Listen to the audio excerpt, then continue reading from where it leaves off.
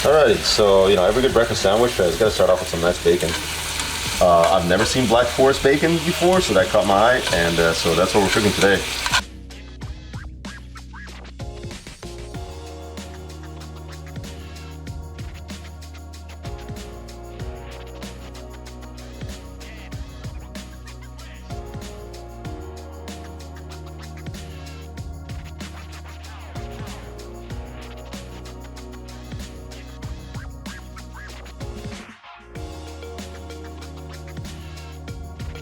Another episode with Chef Luca here, man. We're gonna do we need to go get stuff for Shandy stuff?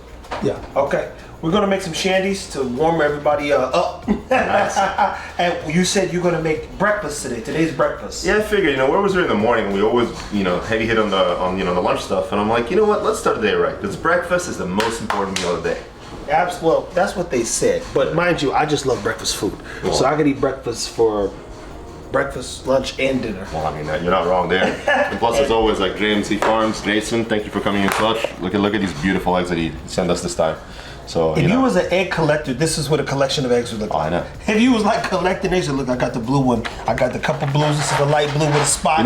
We're missing the dark. We're missing the dark brown ones. There's some variety of chicken that like makes them where they're like really, really dark, like like a couple shades darker than that. How long are eggs good for normally? This is usually a couple of weeks. I mean, they're fresh eggs. I mean, honestly, I wouldn't let them ride too far past that. It's especially also I would say it depends on what you're doing with them too, because it's like if you're trying to do poached eggs and everything, you want them as fresh as possible, because like then the whites like are nice and tight around there and they'll come up beautiful. If you're doing hard-boiled eggs, there's a little bit more more forgiveness on that. They peel easier, but then again, it's like don't let them sit too long. Well, for those that don't know, from a nutrition standpoint, a nutrition fact is the poached egg has the highest amino availability. Period. It is the best way to eat an egg. Period. Yeah. But sometimes it can be difficult to season those things. Yeah. So that's the only challenge. Like if you want a good fried egg or a sunny side up or something, you can at least put some seasoning and some stuff. You can't like put no cheese on no poached egg. Well, I mean, you can't after you poach it. When there's a will, there's a way. But here's the thing too, like you do your poached eggs, typically once you get them out, just a little pinch of salt on top of it, or if you just just once you crack it open, a little crack of black pepper on it and you're good to go. Yeah. Otherwise, I mean, take the eggs Benedict route, just get a hollandaise sauce, or I mean, really, you can put any sauce on a poached egg. Like when I don't know if you guys know, but I also worked in the Middle East for a couple of years with Intercontinental hotels, and Intercon is an old staple hotel of Abu Dhabi. So based on how long it's been up there, it's an old building, and you can't really compete on looks with some of the newer stuff that they're building that are all flashy and glass, and like you guys have seen the crazy Dubai hotels that they make, right? Yeah. So brunch is a very big thing out there. So every Friday, every hotel usually puts together a pretty extravagant build of for brunch. So we got to go to what country? United Arab Emirates, so like Dubai and Abu Dhabi. To go get a brunch. Now you brunching. When you say, hey, where's the best brunch? And somebody said, you got to hit to Dubai. Well, head to Dubai and have brunch. But so with our hotel, I mean, Danny, our chef, which by the way, if you're watching, dude, it was fun to work with you, man. He had a vision with this place because it's like we're not a looker of a hotel, so he wanted the brunch to be unique, and so we did a lot of fun stuff and live stations, and we put together 2 of the big restaurants in the hotel. So you had the Yacht Club, which was like Asian fusion and kind of clubby at night, and then you had Chamas, which was the Brazilian steakhouse, like your skewers, the sweet. Imagine you're going for breakfast and your live station has fucking like the skewer of meat and everything. And then instead of doing an omelet station, we actually used to do a poached egg station. So we did like a whole eggs Benedict thing. So you had English muffins and crumpets and focaccia as your bread, and you had like 6 different sauces and 10 different toppings. And I'm sitting there poaching eggs. And really, the biggest number one question I get is like, how do you get them to be so nice when I do them at home? They Hey, look, I'm a poachologist to be clear. That's it. Fresh eggs. That's the secret right there. That's it. Let's get good farm fresh eggs. So they have a lot of fresh eggs in Dubai. That's a good question. Looking back, I am not entirely sure where are the chickens hanging out in Dubai? Well, I mean, it's probably going to be indoor facilities and whatnot. I mean, obviously a lot of imports, but because of the challenges out there, they really think outside the box. I mean, a lot of hydroponic production and a lot of indoor farming kind of things, and so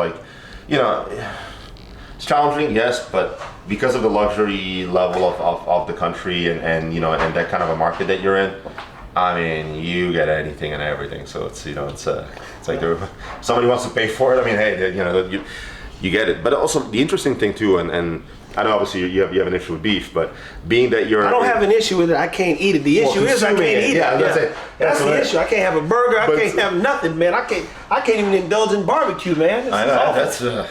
But so in these countries, obviously pork is the issue there because it's a Muslim country. And so in Abu Dhabi, for example, you have to have a separate kitchen specifically for pork. Oh, wow. And so me being in an Italian restaurant, it's like, okay, well that's gonna put a damper on things. You can't have, so like we could bend it a little bit because we had the other restaurant next to us that had a pork kitchen, so we shared an area to do like charcuterie plates with like prosciutto and all that. So they're not so removed from pork that they won't serve it or sell it. It's just it's regulated because you don't want cross contamination of something that they can't have going into the food at large, right? Interesting. So like you go into supermarkets, there's a separate section for pork and it's labeled as such. Fun fact: Pop-Tarts were in the pork section because the gelatin that they use in the filling is pork derived. So like Pop-Tarts were in the pork section. I didn't know that Pop-Tarts had pork in it. Maybe So that's there why you I go. like it so much. There's probably a little hint of bacon in them boogers. Yeah. Guys, look. We're about to let him get to making some good stuff, and of course, as always, we're going to enjoy it. We're going to crack some bottles and pour some drink. Yeah. Alrighty, so every good breakfast sandwich has got to start off with some nice bacon. I've never seen Black Forest bacon before, so that caught my eye, and so that's what we're cooking today. It's bacon; it should be good, right? And also, we got a cast iron here that was in need of a little bit more TLC, and one other thing that you can do to help with this thing is cook bacon on. Just cook a lot of bacon. That fat is just gonna coat it up real nice. Helps the big picture get it nice and seasoned up. So that's gonna look like this, right? Yeah. Old Faithful over here. This lives on my stove pretty much. And how do cast irons make a difference when cooking?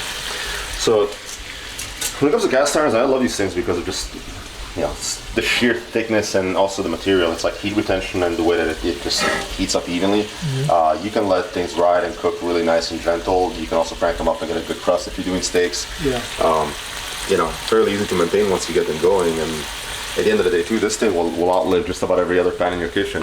Because like you get anything like this, like any non-sticks and everything, yeah, you got to take care of them a certain way, but eventually the coating is gonna go. If you cook with them on too high heat, you're gonna burn out that Teflon coating, and then also like there's a lot of bad stuff with it as far as like microplastic and also like all the material itself kind of leaching into the food.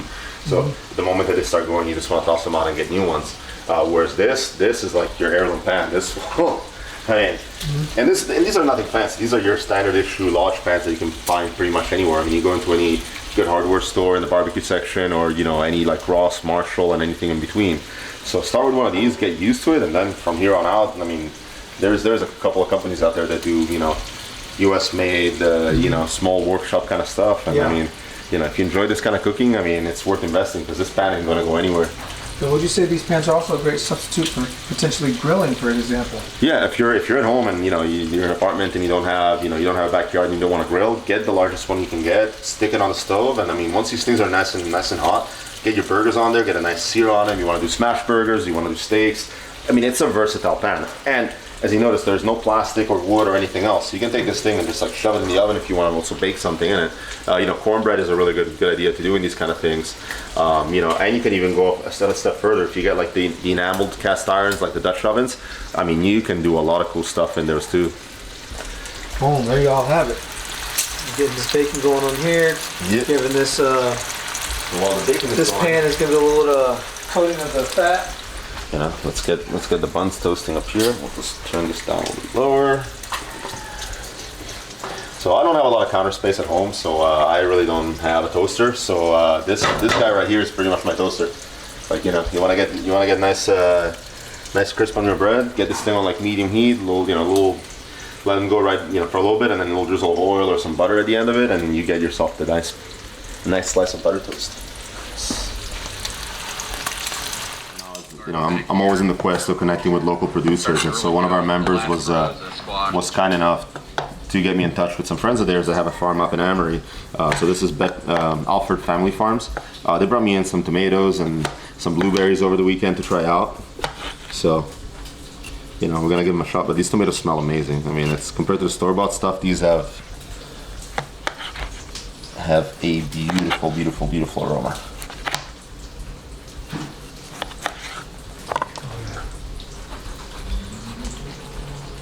Voila. Actually, I'm gonna take a little piece and look at that, a tomato that tastes like a tomato. Isn't that amazing?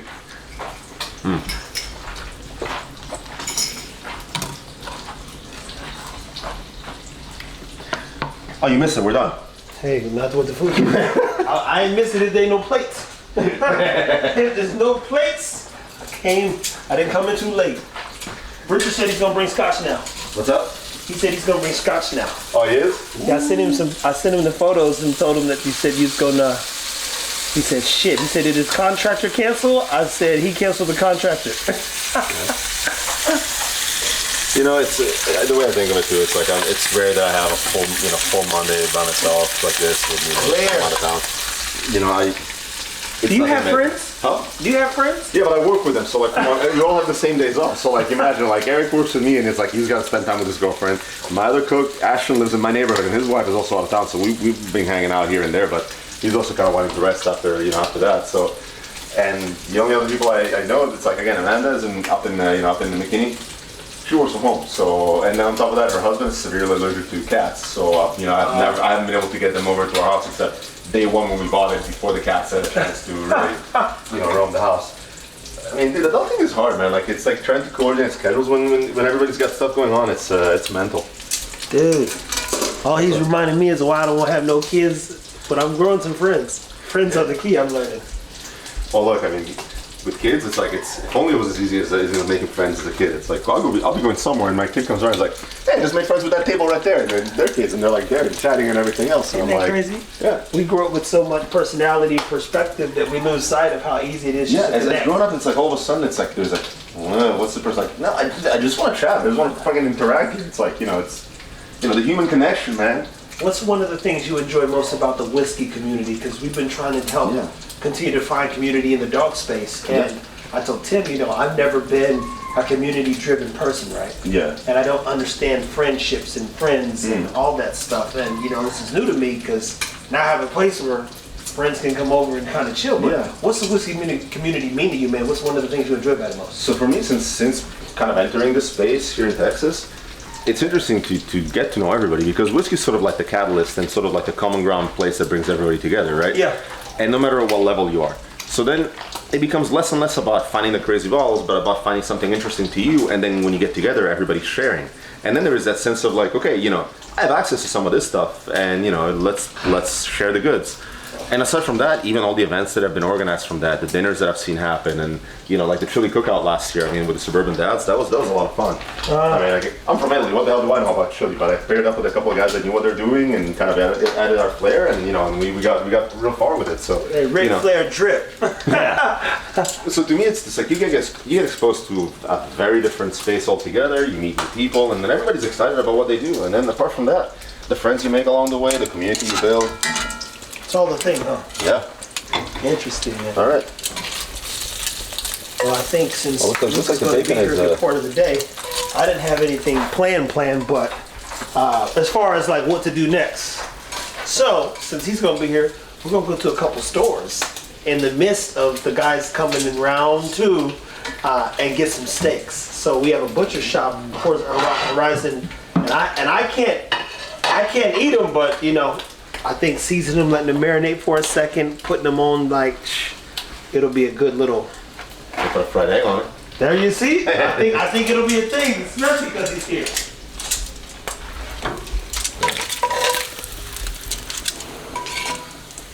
Ta-da! Our bacon is done. All right, I'm gonna start building up these sandwiches and frying us some eggs. Every now and then I'll walk in and be like, let's just see what happens.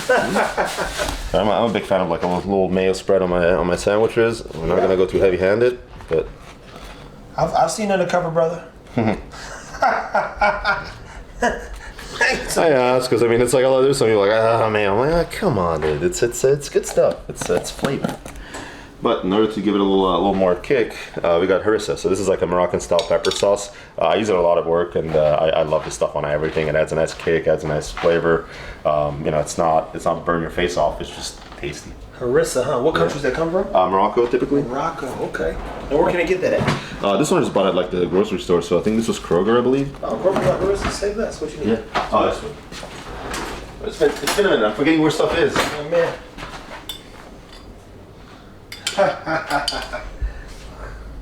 Absolutely. A little bit of that on there, because you know it's good eating. Also, I don't know about you guys. When I do my breakfast sandwiches, I add like I like to add a lot of like fresh stuff to them. It's just it's like there's only so much like stuff you can have that's just meat, bread, and cheese. It's like you want a little bit of crunch and freshness in there. So we got a little spinach and arugula.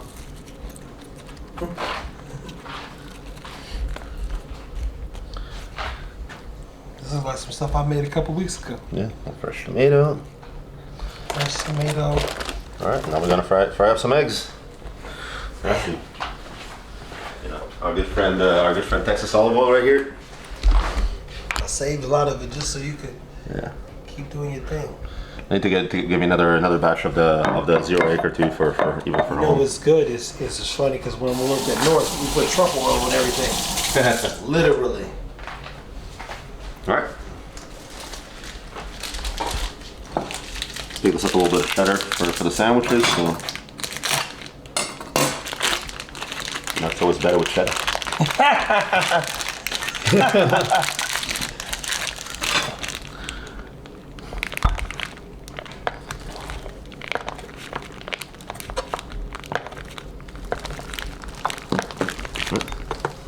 Taste test. And you gotta make sure the cheese is cheesing, right? Cheese. This is cheddar cheese? Huh? I thought cheddar was normally orange. Oh, just white cheddar. White cheddar. White cheddar's better. Alright. Let's get a couple of eggs here. Alright.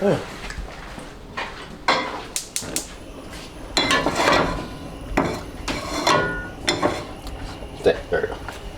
This pan is a little side heavy, so.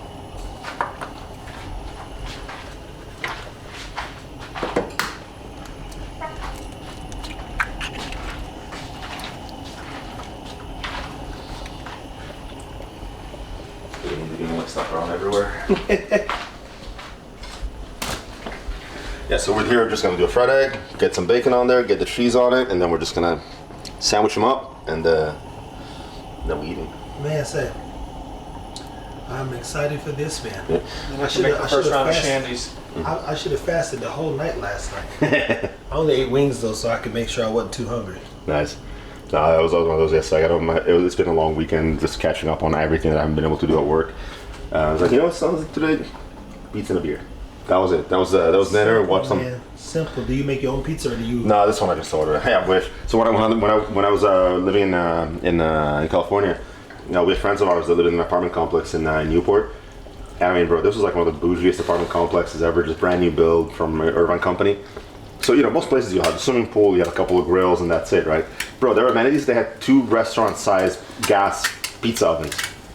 Like, no joke. So, like, he had, like, the fucking pizza oven with the whole marble countertop around it and then 2 grills on the side. Damn. So every couple of months, we just get together a bunch of people, everybody would chip in, and we show up, and we just, just sit there and explain. So if you guys know anyone around here that has a pizza oven, I mean, hey, we can definitely replicate that. I'd be more than glad to brush up on my pizza making. So why'd you just crack the yolk like that? For the sandwich when we cut it, it's like, otherwise when you bite into it, it's gonna, Ah, so little dab, there we go. I mean, it's like, I still like the egg to be runny, but I just don't want all the yolk to be in the middle in this case, since we're gonna cut it in half, and then, you bite into it and all that thing explodes everywhere. It's like, it's tasty, but it's ends up being a little messy. I was learning something new today. Yep. So, I'm gonna move this over to the table.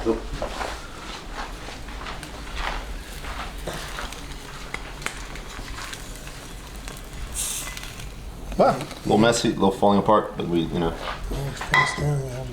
all fall apart sometimes, but as long as we put us back together, we're all good to go. Alright, so that's a little sandwich right there. So,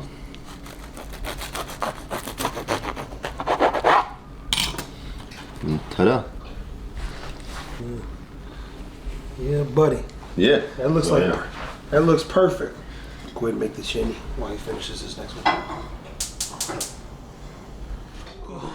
eating a part of this sandwich, man. Look, you know, eggs always get messy, but I still feel like they make everything better, man. Oh, I fucking, and that's like, quality control. Just gotta make sure whatever I'm serving is up to standard, right?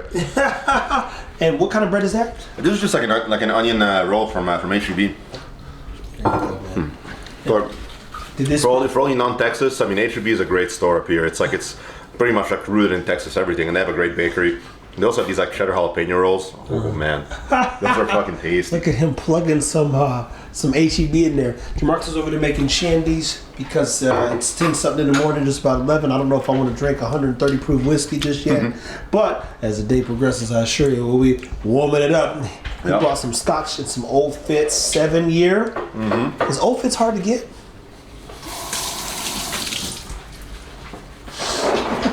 So, this Old Fitz, I mean, the sandwich really has some lasting power here. So this is a new product on the market. And the understanding that I have is that this is supposed to be like their entry level into the Old Fitz lineup. So the idea is it's supposed to be fairly easy to get and approachable and at a pretty low price point. Like everything else, there's a lot of hype behind it. It's brand new on the market. It just hit stores this week, so everybody's chasing it. I was lucky enough to be at the store when I knew when they were getting the delivery, because I also had to shop for work, so I had an order for work to pick up, and so got myself one to try it out. Got one for the club. See, the other thing too is that I have a bottle of the Old Fitz 10, which again I scored a couple of years ago, and I really don't touch that much because that's my celebration pour every year when on the anniversary of buying the house. I gotta look at the one. I got an Old Fitz in there from KBF this last year. Oh, nice. I'm gonna get it and see your reaction because this means this bottle's important. I didn't know that. Yeah, it's one of those with the different distilleries. So this is a Heaven Hill product, and this is sort of like their top end kind of line. So I got all the Heaven Hill in the closet. Yeah, the Heaven Hill is actually pretty easy to find these days too. Like I've already seen a few on the shelf at Liquor King, that and also the Henry McKenna Bald & Bond. So there's a lot of good stuff up there. Like everything else, I feel like when everybody's attention goes on one thing, it just becomes the chase item that everybody wants to have. And like, there's already people in secondary trying to flip them, and I'm like, like rightfully so, everybody's like, just hold your horses. It's gonna be readily available. The whole point of this is for it to be hitting the shelves and be readily available. It's just that right now everybody's on the hype train, and it's gonna crash at some point. Yep. Guys, so as you see, I'm relatively fit. And 3 things you have to watch when you get into fitness or you want to change your life is your sodium, your sugar, and your fat intake. Yep. What I love about this sandwich, as I continue to bite into it, for one, we got spinach, which is fibrous. We've got tomatoes, which is full of vitamin C. Eggs have the highest biological value of all proteins, which means you're going to absorb and utilize it. He didn't use any salt. The cheddar, white cheddar, has got that salt component where you're like, oh, there's that little I just need a little salt. Seasoning. And then you got bacon in there, which, I mean, we all know that bacon is already your salty friend, right? So you like, he just, this is what good cooking is when it elevates something or it gives you a complete bite of something. Because now you got your savory, you got your salt, and you got that little bit of sweetness from the bread. I'm like, oh, this is exactly how I try to cook. And also, look, I mean, you can go and get a breakfast sandwich in a lot of places, right? But typically around here, it's always just going to be like meat, eggs. You know what though? Let me be very clear in saying this. I actually never get a breakfast sandwich because it's so boring. It's always the same. And also, like, if you go to your fast food joints, I mean, clearly, like, all the perishable stuff is not going to make it on there. And then it's always ultra processed, really salty stuff. And, like, to me, add a good amount of, like, arugula and lettuce and, and spinach and just, and also, like, I don't like big over the top stuff anyways. I mean, it's literally one fried egg on the sandwich. I mean, it's not like you're like, to anybody that's saying, oh, eggs, cholesterol. I'm like, it's the good stuff. It's just, go to a farm, get some good ones, and you'll your health will thank you for it. Yes, sir. That was a perfect half sandwich. People, stay tuned. We're about to get into round 2, mini bite breakfast. The mayonnaise was a hit too. God, this is so good, guys. Keep it with me. Yeah.